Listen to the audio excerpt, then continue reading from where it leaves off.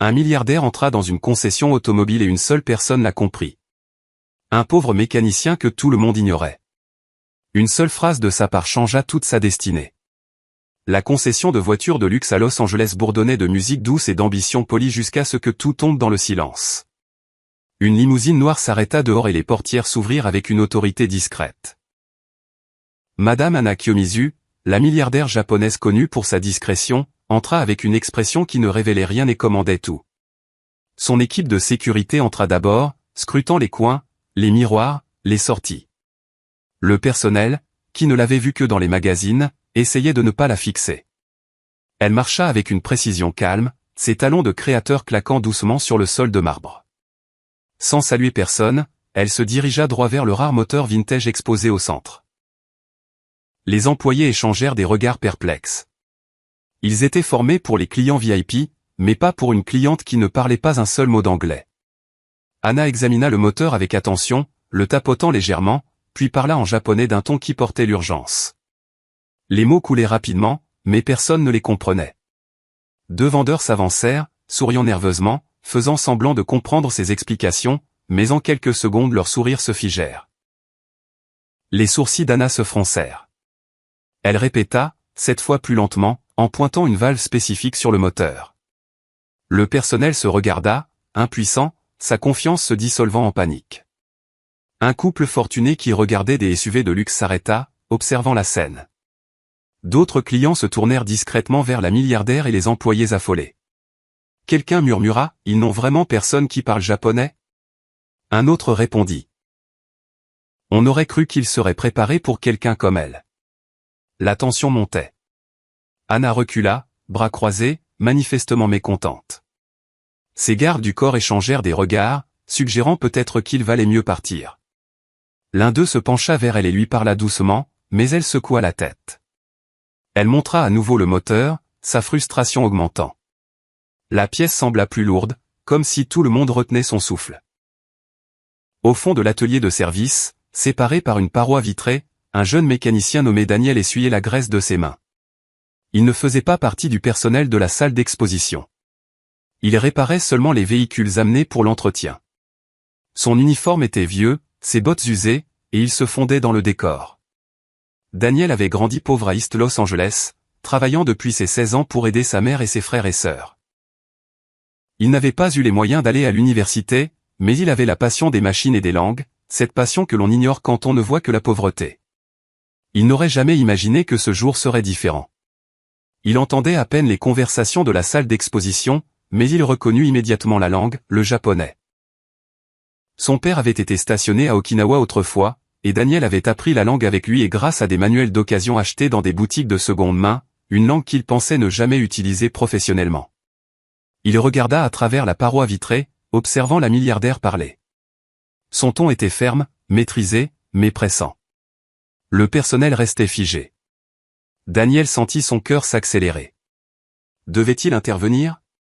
Devait-il l'ignorer? Allait-on se moquer de lui?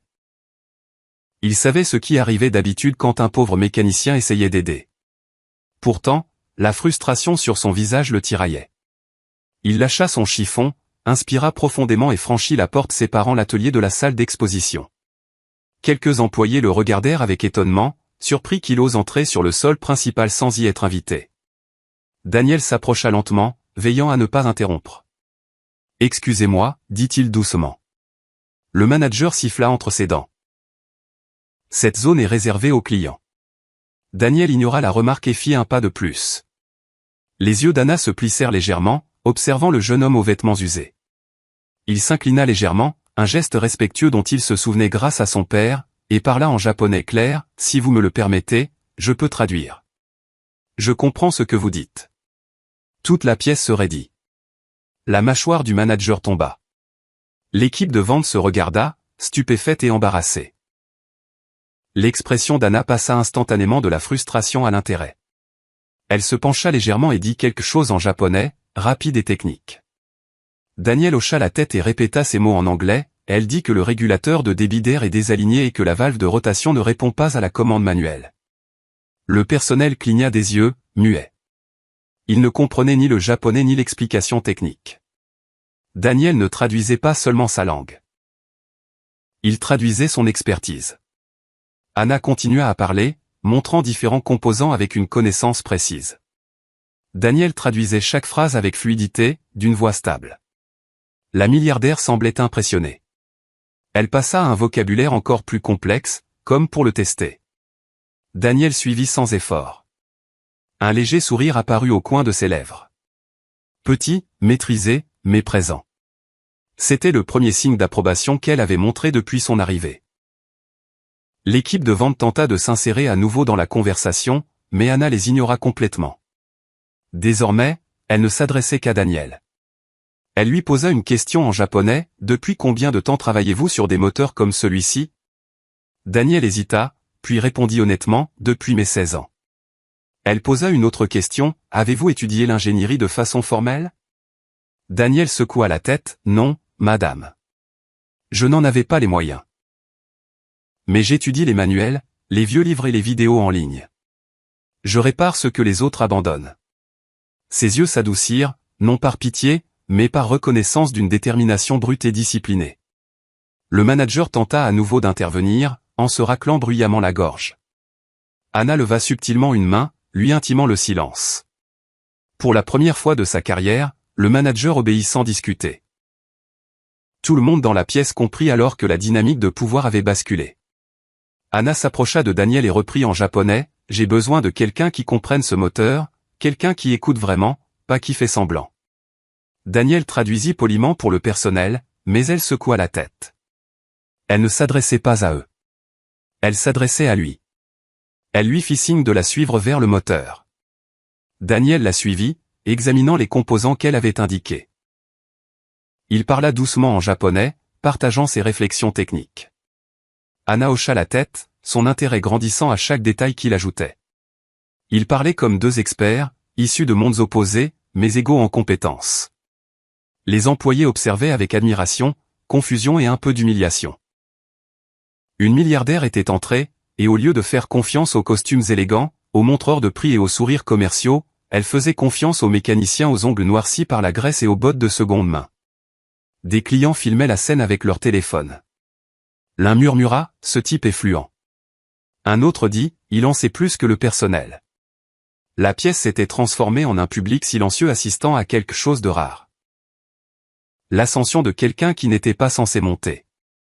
Anna recula, croisa les bras et observa Daniel. Puis elle posa une question qui fit taire à nouveau la pièce, « Seriez-vous prêt à travailler sur ma flotte de restauration à San Francisco ?» Daniel n'arrivait pas à croire ce qu'il entendait. Il cligna des yeux, incertain d'avoir bien compris. « Moi, travailler pour vous ?» Elle hocha la tête. « Oui. Vous comprenez les moteurs comme mon père le faisait, et vous écoutez. J'ai besoin de quelqu'un comme vous. » Elle le dit calmement, mais tout le monde sentit le poids du moment. Daniel sentit une chaleur monter dans sa poitrine. Excitation, incrédulité, peur, espoir, tout se mêlait. Il pensa à sa mère, à ses frères et sœurs, à leurs dettes, à leur petit appartement. Cette offre pouvait tout changer. Mais il n'était pas sûr d'être prêt pour un monde si différent du sien. Il inspira et répondit en japonais modeste, « Ce serait un honneur. » La milliardaire esquissa un rare sourire, chaleureux, sincère et étonnamment doux. Son équipe de sécurité se détendit, et toute la pièce sembla expirer en même temps. Le manager se précipita, soudain poli, « Nous allons préparer les papiers. » Anna leva à nouveau la main. « Pas vous. Lui. » Elle désigna Daniel. « Il vient avec moi. » Les employés restèrent figés, comprenant qu'ils venaient d'assister à quelque chose dont ils parleraient pendant des années. Daniel suivit Anna vers la sortie, encore en train d'assimiler ce qui venait de se passer. Il était arrivé au travail comme tous les jours, invisible, ignoré, et voilà qu'une milliardaire lui offrait un avenir qu'il n'avait jamais osé imaginer. Alors que la portière de la limousine s'ouvrait pour elle, elle se retourna vers lui et dit doucement en japonais, « Le talent peut naître n'importe où. » Daniel sourit, le premier vrai sourire qu'il s'était autorisé de la journée. Pour la première fois, il se sentait vu, non comme un pauvre mécanicien, mais comme quelqu'un d'exceptionnel. La pièce sembla figée dans le temps tandis que Daniel s'avançait, le pauvre mécanicien que personne n'avait jamais pris au sérieux. Sa voix était calme, assurée et parfaitement japonaise lorsqu'il expliqua le problème du moteur exactement comme l'avait décrit Madame Kiyomizu. Une seule phrase de sa part changea instantanément toute l'atmosphère. Le personnel qui l'avait ignoré le regardait avec incrédulité. Les clients se penchèrent. Les yeux de la milliardaire s'écarquillèrent, surprise que quelqu'un vêtu de bottes usées et d'un uniforme fané parle sa langue avec précision. Le soulagement envahit son visage, comme si elle avait enfin trouvé la personne qui la comprenait. Elle lui posa rapidement des questions techniques, son ton vif et concentré. Ce n'étaient pas des questions simples.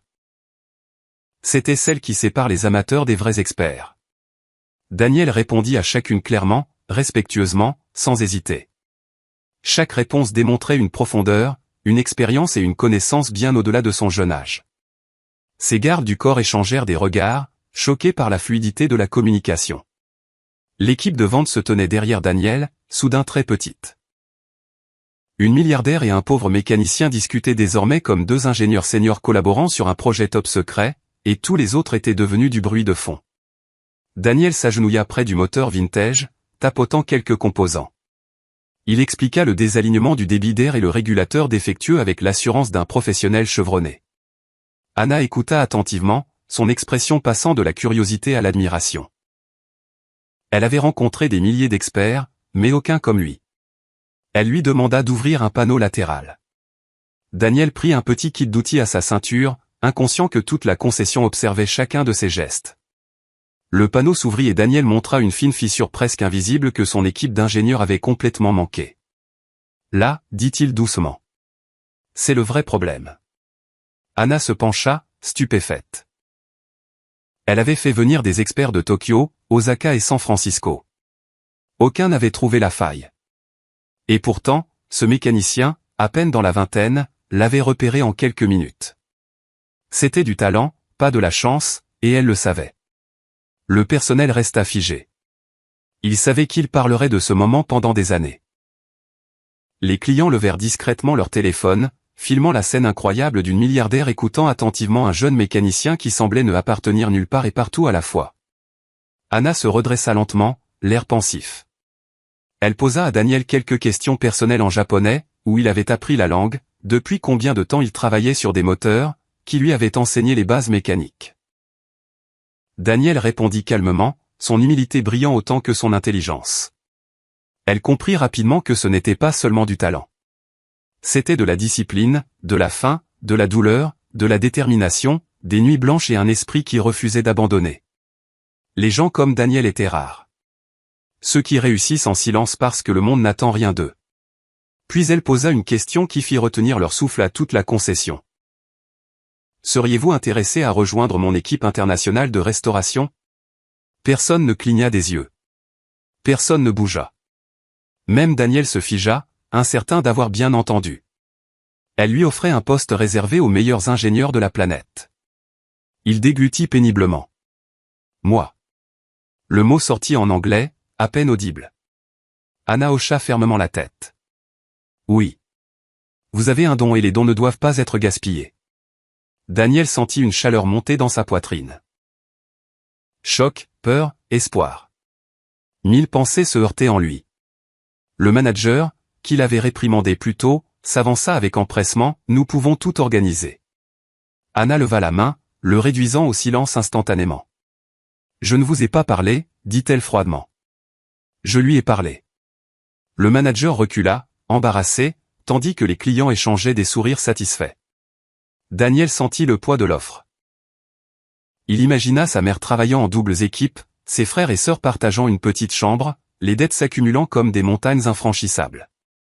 Ce poste n'était pas seulement un emploi. C'était un avenir, une nouvelle vie, une chance qu'il n'avait jamais osé rêver. Anna attendit patiemment, lui accordant le respect qu'elle aurait donné à n'importe quel ingénieur de classe mondiale. Daniel finit par parler en japonais, d'une voix stable. Si vous pensez que je suis digne, ce serait un honneur. Anna sourit, un rare sourire sincère qui adoucit tout son visage. Ses gardes du corps hochèrent la tête avec approbation, reconnaissant l'importance du moment. Pour la première fois, Daniel ne se sentit plus comme un mécanicien couvert de graisse. Il se sentit comme quelqu'un qui comptait, quelqu'un vu, quelqu'un choisi, non par pitié, mais par pur mérite. Elle se tourna vers son équipe, préparer le contrat. Il part avec nous ce soir. La concession bruissa de murmures. Ce soir, pas la semaine prochaine, pas le mois prochain. Elle le voulait immédiatement. Voilà à quel point elle était sûre de lui. Voilà à quel point son talent était rare. Le manager tenta encore, « Madame, il a peut-être besoin de temps. » Anna le coupa d'un regard glacial. « Ne parlez que si je vous y invite. » Le manager baissa la tête, comprenant enfin qu'il avait perdu le respect de la personne la plus importante du bâtiment, et que Daniel l'avait gagné. Daniel regarda le sol, submergé. Tout allait trop vite. Il sentit une main se poser doucement sur son épaule. « Vous méritez cela, » dit Anna en japonais. « Ne laissez pas la peur voler votre avenir. » Sa voix portait une sagesse qui perça son incertitude. Il hocha lentement la tête, prenant la décision qui allait changer sa vie à jamais. « J'y vais. » Les mots étaient simples, mais ils portaient le poids de générations. Un jeune mécanicien pauvre d'East Los Angeles allait entrer dans un monde qu'il n'avait vu qu'au cinéma. Le personnel observa, encore abasourdi, tandis que Daniel marchait aux côtés d'Anna vers la sortie. Les portes automatiques s'ouvrirent avec un léger chuintement, laissant entrer l'air chaud de Californie. On aurait dit franchir une dimension complètement différente. Celle où le destin n'arrive pas qu'aux riches. Quelques employés se murmurèrent, « C'est vraiment arrivé. » Elle l'a choisi, lui. Un autre ajouta, « Le talent reconnaît le talent. » Le pauvre mécanicien qu'ils avaient ignoré pendant des années était désormais le nom le plus important du bâtiment, et aucun d'eux ne l'avait vu venir. Alors que Daniel sortait, il jeta un dernier regard à la concession où il avait passé des années invisibles. Aujourd'hui, il la quittait, non comme employé, mais comme quelqu'un choisi par l'une des femmes les plus influentes du monde. La portière de la limousine s'ouvrit. Anna lui fit signe d'entrer le premier. Une milliardaire cédant le passage à un mécanicien, un respect que l'argent ne peut acheter. Daniel monta. Les sièges en cuir semblaient irréels sous lui. Les lumières de la ville se reflétaient sur les vitres teintées comme de petites étoiles. Anna s'assit à côté de lui, calme et composée. « Vous accomplirez de grandes choses, dit-elle. Mais souvenez-vous, la grandeur ne se mesure pas à la richesse. Elle se mesure au courage. » Daniel hocha la tête, absorbant chaque mot. Du courage, il en avait à revendre, même quand il n'avait rien d'autre. La limousine démarra, s'éloignant de la concession. Les employés regardaient de l'intérieur, petite silhouette derrière la vitre. Pour la première fois de sa vie, Daniel eut l'impression que le monde lui ouvrait ses portes au lieu de les lui fermer.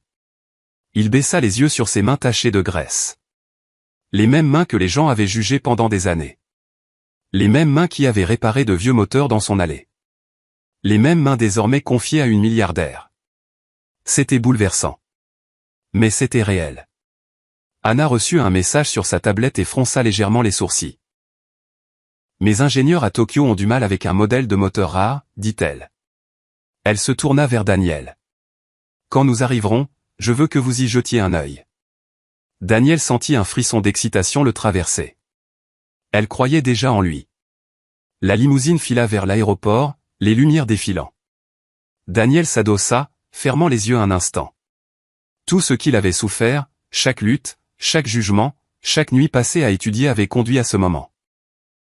Et ce moment n'était pas seulement grand. Il était historique. Alors que les lumières de l'avion apparaissaient au loin, Anna prononça une dernière phrase qui scella définitivement l'avenir, « Votre vie change aujourd'hui. » Daniel ouvrit les yeux, inspira profondément et murmura, « Je suis prêt. » Et pour la première fois, il l'était vraiment.